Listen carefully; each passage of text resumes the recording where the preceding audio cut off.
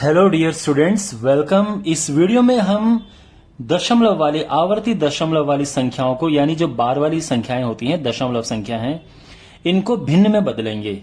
यानी आपने इस तरह की देखे होंगी क्वेश्चंस, और इनको भिन्न में कैसे बदलें इसका आपने लॉन्ग मेथड किया होगा। लेकिन इस वीडियो में मैं आपको बताऊंगा कि इन्हें शॉर्टकट मेथड से कैसे आप 1 सेकंड से लेके 5 सेकंड के अंदर में इनको सॉल्व कर सकते हैं। अब आप ये पूछ सकते हैं कि सर इसकी जरूरत क्या है, इसके नीड क्या है? हमें तो एग्जाम में पूरा डिटेल में करना होता है, शॉर्टकट की जरूरत नहीं है। लेकिन माय डियर, आपके पास एग्जाम में क्वेश्चंस ऐसे भी आते हैं। आजकल नया क्वेश्चन पेपर का पैटर्न बन रहा है जिसमें एमसीक्यूज होते हैं, मल्टीपल चॉइस क्वेश्चंस होते हैं। अब उन एमसीक्यूज में आपको टिक मारना होता है कि कौन सा सही है। तो इसके लिए अगर आपको शॉर्टकट ट्रिक आती है तो आप बहुत सारा टाइम अपना बचा सकते हैं और सीधे ही 1 सेकंड में आंसर निकाल के उस पर टिक मार सकते हैं। दूसरा यह है कि अगर आपने लॉन्ग मेथड से क्वेश्चन को पूरा सॉल्व किया, लेकिन आप कंफ्यूज हो कि यार ये सही है या गलत है, तो आप क्या कर सकते हो, शॉर्टकट ट्रिक से इसका आंसर निकालो और चेक कर लो कि आपने सही किया कि गलत किया है।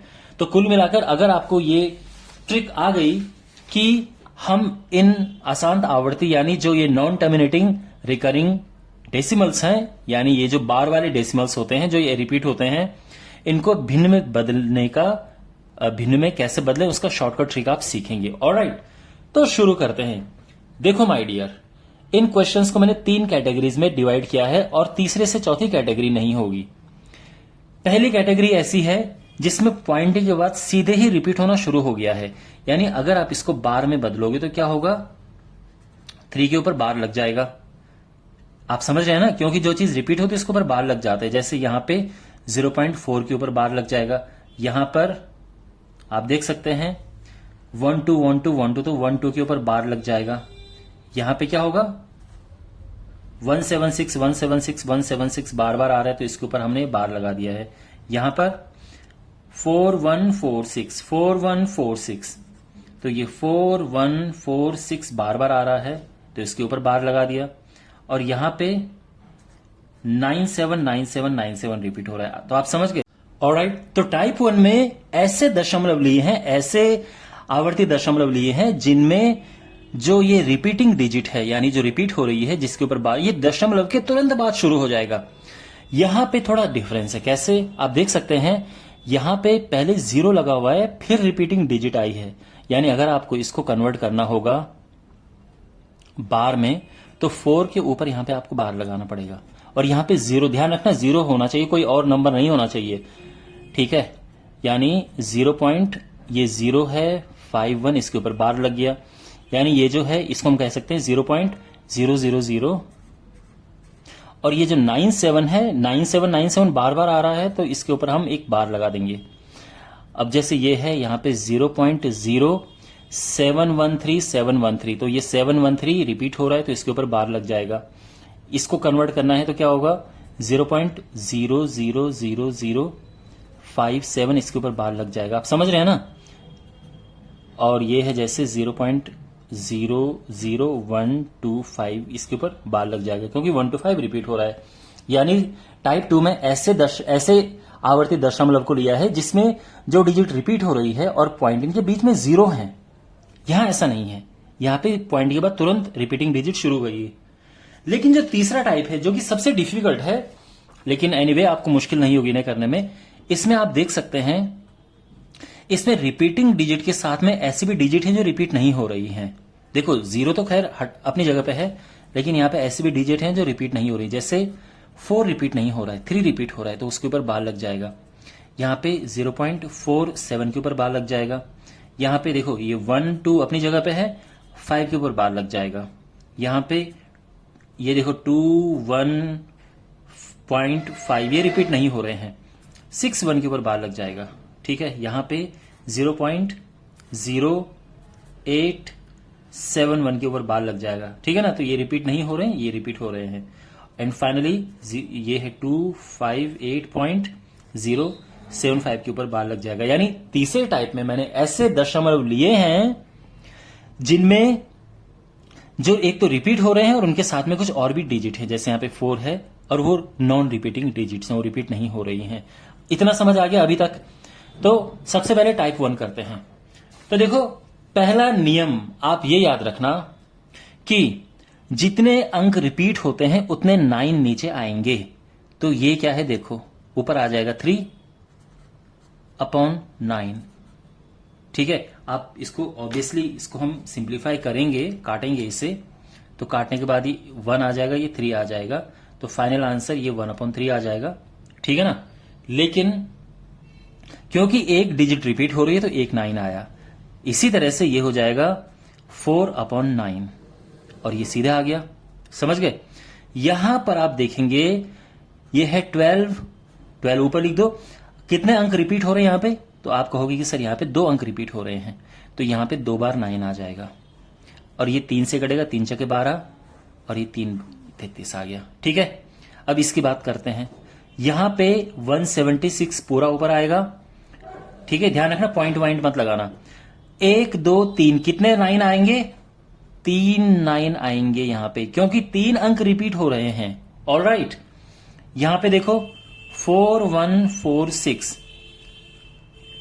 यहां पे कितने 9 आएंगे, यहां पे 4 बार 9 आएगा।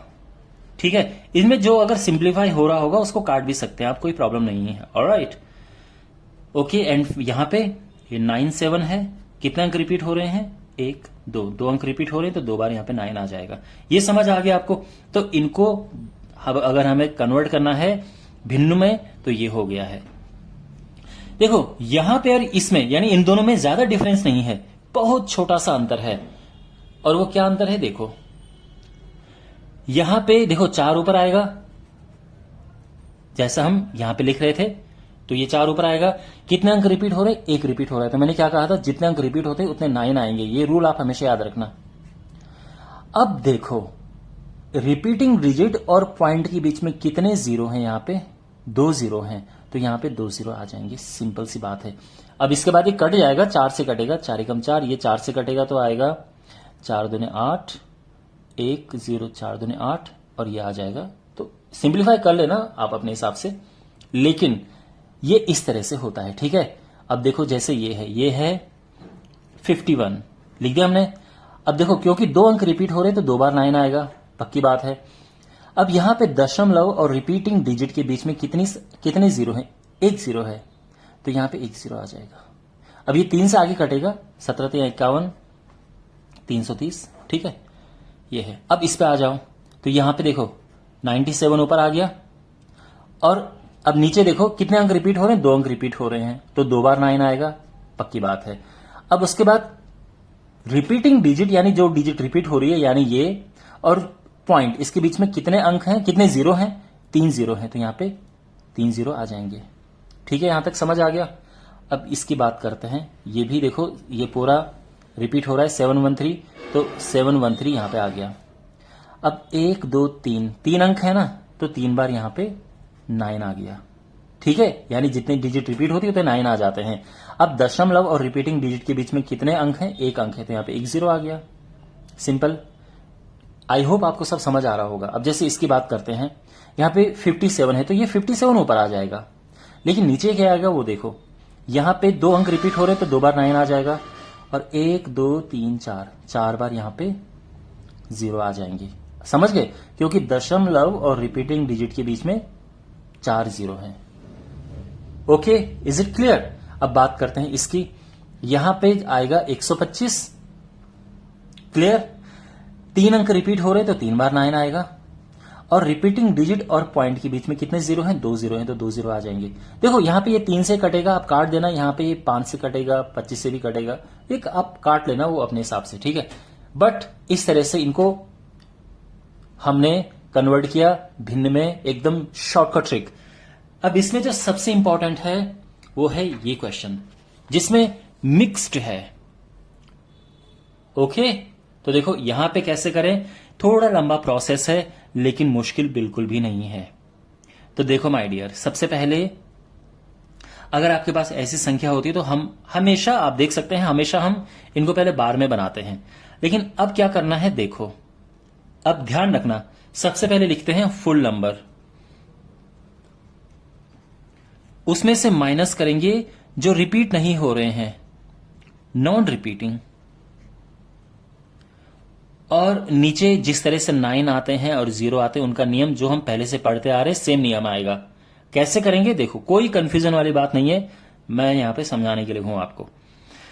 सबसे पहले पूरा नंबर, क्या पूरा नंबर है 43। ध्यान रखना इसको मत उठा लेना, मैं इसकी बात कर रहा हूं, ठीक है। 43 ले लिया पूरा नंबर। अब इसमें रिपीट क्या नहीं हो रहा है, तो आप कहोगे सर 4 तो रिपीट नहीं हो रहा है, ये रिपीट हो रहा है, तो जो रिपीट नहीं हो रहा है उसको यहां से हटा दो, माइनस कर दो। अब नीचे नियम 9 और 0 के वही नियम आएंगे जो पहले से चलते आ रहे हैं, यानी एक अंक रिपीट हो रहा है तो एक बार 9 आएगा, और दशमलव और रिपीट होने वाले अंक के बीच में कितने अंक हैं, एक अंक है, तो यहां पे एक 0 आ जाएगा, ये ध्यान रखना, ठीक है ना। आपने नोटिस किया होगा यहां पे रिपीटिंग डिजिट और पॉइंट, इसके बीच में 2 0 थे तो यहां पे 2 0 आ गए। यहां पे भी हम यही करेंगे, रिपीटिंग डिजिट और पॉइंट इसके बीच में जितने अंक होंगे उतने यहां पे 0 आ जाएंगे। ध्यान रखना 0 लिखना, कहीं 4 मत लिख देना आपकी ये 4 है, नहीं 0 आएगा, ठीक है। और अब ये माइनस कर दो तो ये आएगा 39/90, ये 3 से कटता है तो ये 13/30 आ गया, ठीक है। तो ये आ गया है, आई होप आपको समझ आ गया होगा। अब ये देखो पूरा नंबर क्या है 47। अब इसमें से रिपीट क्या नहीं है, नॉन रिपीटिंग हटा देंगे, तो 4 रिपीट नहीं हो रहा है तो 4 हटा दो, अपॉन यहां पे 9 कितने आएंगे, एक 9 आएगा। क्यों आएगा, वो इसीलिए कि एक डिजिट रिपीट हो रही है। अब दशमलव और रिपीटिंग डिजिट के बीच में कितने अंक हैं, एक अंक है तो एक 0 आ जाएगा यहां पे, और ये आ जाएगा 43/90, यह आंसर आ गया है, ठीक है। अब बात करते हैं इसकी, अगेन नियम के हिसाब से पहले पूरा आएगा 125, उसमें से जो रिपीट नहीं हो रहा है उसको हटा दो, तो ये रिपीट नहीं हो रहा है, हमने माइनस कर दिया, समझ गए ना आप। और नीचे एक अंक रिपीट हो रहा है तो एक 9 आएगा, लेकिन क्योंकि दशमलव के तुरंत बाद से रिपीटिंग डिजिट शुरू होगी तो हम कोई 0 नहीं लगाएंगे यहां पे पॉइंट और रिपीटिंग डिजिट के बीच में कुछ था इसलिए 0 लगाना पड़ा, यहां पे नहीं लगाएंगे, ध्यान रखना। और यह आ जाएगा 113/9। अब इसकी बात करते हैं, पहले पूरा नंबर आएगा 21561, इसमें से क्या रिपीट नहीं हो रहा है, तो 215 रिपीट नहीं हो रहा है, तो ये हम माइनस कर देंगे। अब देखो कितने अंक रिपीट हो रहे हैं, 2 अंक रिपीट हो रहे हैं, तो 2 बार 9 आएगा, 9 का रूल आपको पता है ना। अब दशमलव और रिपीटिंग डिजिट के बीच में कितने अंक हैं, एक अंक है, तो एक 0 आ जाएगा। और अब यहां पे सिंप्लीफाई करेंगे इसे तो आएगा 21346 अपॉन 990। ऑफकोर्स ये 2 से कटेगा, वो आप काट लेना, उसमें कोई वो नहीं है, ठीक है। अब यहां पे फिर इस संख्या को, अब अगेन वही नियम है कि 871 हमने लिखा, आप समझ गए, 871 लिखा, पूरा नंबर जो हम लिखते हैं 0 लिखने का कोई फायदा नहीं है। इसमें रिपीट क्या नहीं हो रहा है, 8 रिपीट नहीं हो रहा है, तो जो रिपीट नहीं होता है उसको हटा देते हैं। अब नीचे 9 और 0 के नियम आपको पता है, क्योंकि 2 अंक रिपीट हो रहे हैं तो 2 बार यहां पे 9 आएगा। और दशमलव और रिपीटिंग डिजिट के बीच में कितने डिजिट हैं, यहां पे 2 डिजिट हैं तो 2 0 आ जाएंगे यहां पे, ठीक है ना। अब यहां माइनस करेंगे तो ये 863 आ जाएगा और 9 ये, ठीक है ना। अगर कुछ कटता है तो काट देना, लेकिन ये आंसर है। और अब यहां पे देखो आप, यहां पे अगेन नियम के हिसाब से क्या करते हैं, 258,075, इसमें से क्या माइनस करेंगे, देखो रिपीट क्या नहीं हो रहा है, इतना हिस्सा रिपीट नहीं हो रहा है, 2580, ओके। पहले पूरा नंबर लिखा, उसमें जो रिपीट नहीं हो रहा है उसको लिखा, ध्यान रखना ये वाले 0 भी लिखेंगे क्योंकि इसका अपना मतलब है। और अब अपॉन में कितने 9 आएंगे, क्योंकि देखो 2 डिजिट रिपीट हो रही तो 2 9 आएगा, ये तो रूल अब आप समझ चुके होंगे। दशमलव और रिपीटिंग डिजिट के बीच में एक अंक है तो इसके लिए एक 0 यहां पे लग जाएगा, ठीक है। अब यहां पे देखो, यहां माइनस करेंगे तो देखो 5 में से 0 गया तो 5 आ गया, यहां पे माइनस करेंगे तो ये 17 में से 8 गया, 9 8 17, यहाँ पे 9 में से 5 गया 4, यहाँ 7 में से 2 गया 5, और ये 25।